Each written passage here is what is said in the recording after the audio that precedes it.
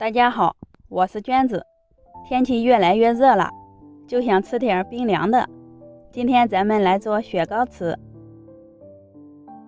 先在盆里倒入600毫升的清水，加入50克糯米粉，充分的搅拌均匀，没有面疙瘩就行了。直接倒在不粘锅里，开小火慢慢的加热，中间要不停的搅动，一直煮到看上去透明状即可。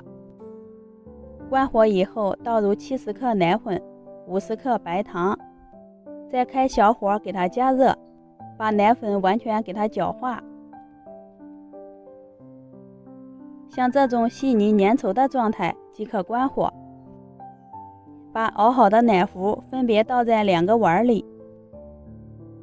其中的一份加入25克巧克力，趁热给它搅拌均匀，让巧克力完全融入到奶糊里。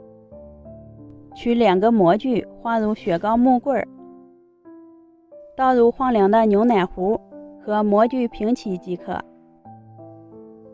端起来震动几下，排出里面的空气。再来做个巧克力口味的，也可以根据自己的口味添加一些干果，然后盖上盖子。